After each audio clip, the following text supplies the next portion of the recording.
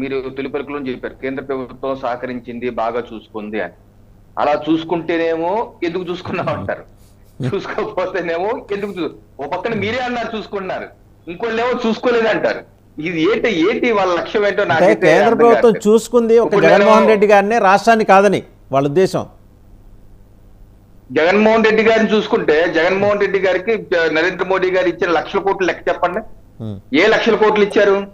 జగన్మోహన్ రెడ్డి గారికి ఏమైనా ఇచ్చారు? ఏమైనా రాసిచ్చారా? ఏమన్నా కొన్ని వందల వేల ఎకరాలు ఏమైనా రాసిచ్చారా కేంద్ర ప్రభుత్వం నరేంద్ర మోడీ గారు? ఏమన్నా ఏది ఇచ్చినా రాష్ట్ర ప్రభుత్వ ఖజానాలోనే కదా.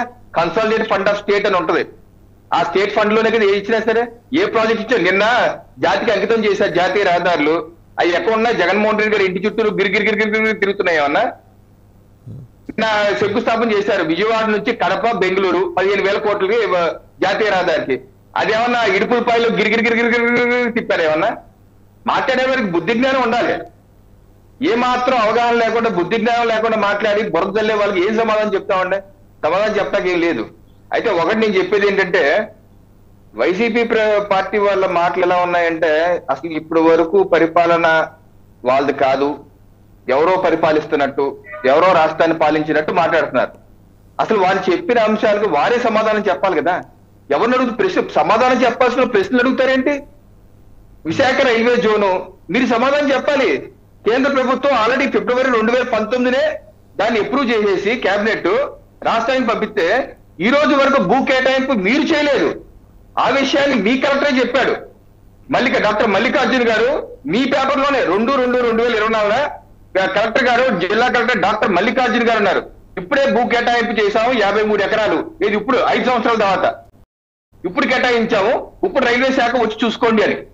అసలు చేయవలసింది మీరు కూడా ప్రశ్నలు మమ్మల్ని అడుగుతారేంటి? ప్రత్యేక హోదా విషయం మీద అప్పుడే కేంద్ర రాష్ట్ర ప్రభుత్వాలు స్పష్టత ఇచ్చేశాయి. ప్రత్యేక హోదాకు బదులుగా ప్రత్యేక ప్యాకేజ్ ఇస్తామంటే రాష్ట్ర ప్రభుత్వం అసెంబ్లీ తీర్మానం చేసి కేంద్రానికి పంపితే కేంద్ర కేబినెట్ దాన్ని ఆమోదించి ప్రత్యేక ప్యాకేజీని కూడా రిలీజ్ చేసి ఇటీవల జూలై 2022లో కూడా పార్లమెంట్ ను జీవీ నరసింహారావు ప్రశ్నిస్తే అప్పటి వరకు 7,792 కోట్లు ఇచ్చాము. వివిధ ప్రాజెక్ట్స్ ప్రకారం రాష్ట్రానికి ఇవ్వడం జరిగింది. లెక్క వివరాలు మొత్తం ఎక్సెల్ షీట్ లో ఏ రాష్ట్ర ప్రభుత్వం ఎప్పుడు కొద్ది క్లియర్ గా చెప్పండి, ప్రజలకు అర్థం కావాలి. పారిశ్రామిక రాయితీలు ఆగండి, నన్ను డిస్టర్బ్ చేయదు, ఆగండి. మీరు రాసుకొని చెప్పండి, నేను ఆగే కదా, మీరు ఆగండి. అలాగే పారిశ్రామిక రాయితీలు కూడా 2015 నుంచి 20 వరకు 30% రాయితీలు కూడా ఇవ్వడం జరిగింది.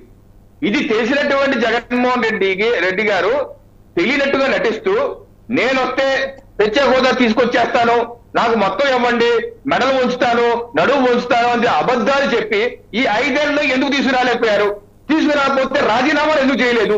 ప్రతిపక్షంలో ఉన్నప్పుడు రాజీనామాలు అవిశ్వాస తీర్మానాలు పెట్టారు కదా, మీరు ఎందుకు ఇప్పుడు రాజీనామాలు అవిశ్వాస తీర్మానం పెట్టలేదు?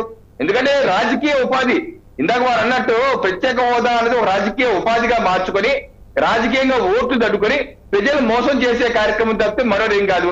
అలాగే ఏమన్నారు మీరు ప్రతిపక్షంలో? అమరావతిని చంద్రబాబు నాయుడు గారు నిర్వీర్యం చేశారు, ఆయన కట్టలైపోయాడు, నాకివ్వండి నేను కడతాను అన్నారు. ఏం కట్టారండి? ఇందాక మీరు అన్నారు మాటలు మారిస్తే లీడర్లు ప్రజలు గుర్తుపెట్టుకుంటారని. ఎవరు మార్చారు మాటలు? 2019 ముందు ప్రతిపక్ష నాయకుడిగా మీరు అంతకన్నా అద్భుతమైన కర్త అని చెప్పి ఈ రోజు కేంద్ర ప్రభుత్వం ఇచ్చిన సహకారం కూడా తీసుకోకుండా పక్కన పడేసింది మీరు కాదా? అసలు కట్టన అమరావతికి మీరు పెట్రోల్ డీజిల్ సెస్ ఎందుకు తీసుకుంటున్నారు? అమరావతి సెస్ లీటర్ 4 రూపాయలు ఎందుకు తీసుకున్నారు మీరు సెస్? అసలు కట్టన అమరావతికి ఎన్ని మరి పాదయాత్రలో చెప్పింది ఏంటి? మీరు మద్యపానం పూర్తిగా నిషేధిస్తాను, అసలు నిషేధించకపోతే 2024 ఎన్నికలు నేను ఓటే అడగనన్నారు. అసలు ఓటే అడగను, మాట తప్పేవాడు మనిషి కాదు, వాడిని తరిమి కొట్టండి అన్నారు. ఇప్పుడు చెప్పండి, మద్యం దొరుకుతుందా దొరకట్లేదా? జగన్మోహన్ రెడ్డి గారిని తరిమి కొట్టాలా వద్దా? ఆయన మాట మీద నిలబడే వ్యక్తి అయితే, మడమ తిప్పని వ్యక్తి అయితే, రాజశేఖర రెడ్డి గారి కుమారుడు అయితే 2024 ఎన్నికల్లో పోటీ చేయకూడదు. ఆయన ఇచ్చిన హామీ ప్రకారం నేను అసలు ఓటే అడిగిన 2024 అన్నారు. మరి ఏమన్నా మీరే అన్నారు కదా, మాటలు మార్చే వాళ్ళు ప్రజలు గుర్తుపెట్టుకుంటారు. ఎన్ని గుర్తుపెట్టుకుంటారండి? సమాధానం చెప్పవలసిన వాళ్ళు ఈ రోజు విచిత్రంగా వచ్చి 5 ఏళ్ల తర్వాత ప్రశ్నలు అడుగుతున్నారంటే ఏం చెప్తామండి వీళ్ళ గురించి? అన్ని వాళ్ళు ఇచ్చినటువంటి హామీలు మేనిఫెస్టోలో పెట్టి అమలు చేయలేదు, నవరత్నాల్లో పెట్టి అమలు. అసలు సిపిఎస్ రద్దు చేసి పాత పెన్షన్ విధానం ఇస్తానని చెప్పి మేనిఫెస్టోలో పెట్టి చెప్పండి. ఈ రోజు మీరు పాత పెన్షన్ ఒరిజినల్ పెన్షన్ స్కీమ్ పెట్టారా, లేదా జీపీఎస్ పెట్టారా? జీపీఎస్ పెడతానని చెప్పి మీ యొక్క మేనిఫెస్టోలో పెట్టారా? ఓపీఎస్ పెడతానని పెట్టారా? ఏం చెప్తారు మీరు? ప్రతి సంవత్సరం 5 లక్షలు ఇల్లు కడతా అన్నారు. 5 ఏళ్లలో 25 లక్షలు కట్టించి ఇస్తా అన్నారు. ఇచ్చారు మీరు ఇచ్చారా? అలాగే ఏదైతే పీజీ నుంచి కేజీ వరకు ఫీజు రీఎంబర్స్మెంట్ పూర్తిగా ఇస్తా అన్నారు. పీజీ రీఎంబర్స్మెంట్ మానేసి మీరు 3.5 సంవత్సరాలు అయ్యింది. సో ఇవన్నీ ప్రధానమంత్రి ప్రసంగంలో ఎక్స్పెక్ట్ చేయొచ్చా అండి? ఈ ప్రశ్నలన్నీ ప్రధానమంత్రి ప్రసంగంలో ఎక్స్పెక్ట్ చేయొచ్చా? ఏమంటే తినబోతూ రుచి ఎందుకు సార్?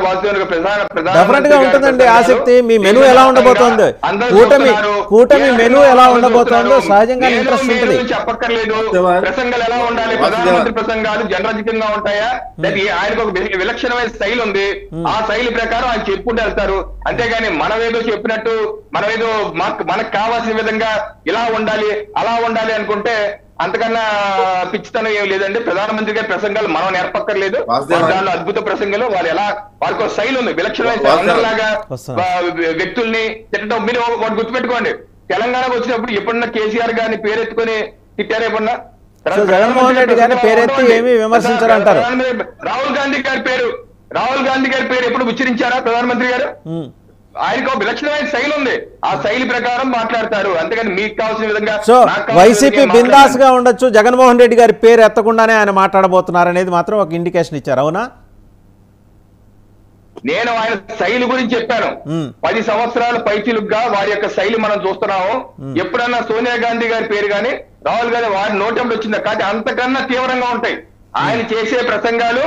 అందరికన్నా విలక్షణంగా శైలి ఉంటుంది, అంతకన్నా తీవ్రంగా వెళ్తున్నది. ఆ యొక్క సూటిగా మనసును గుచ్చుకునే విధంగా వెళ్తుంది. ఆయన శైలి వేరు. రైట్. ఒకసారి బొలిశెట్టి శ్రీనివాస్ గారు ఇందాక వైసీపీ ప్రస్తావన చేశారు, వైసీపీ నాయకులు వారు ఏమన్నారంటే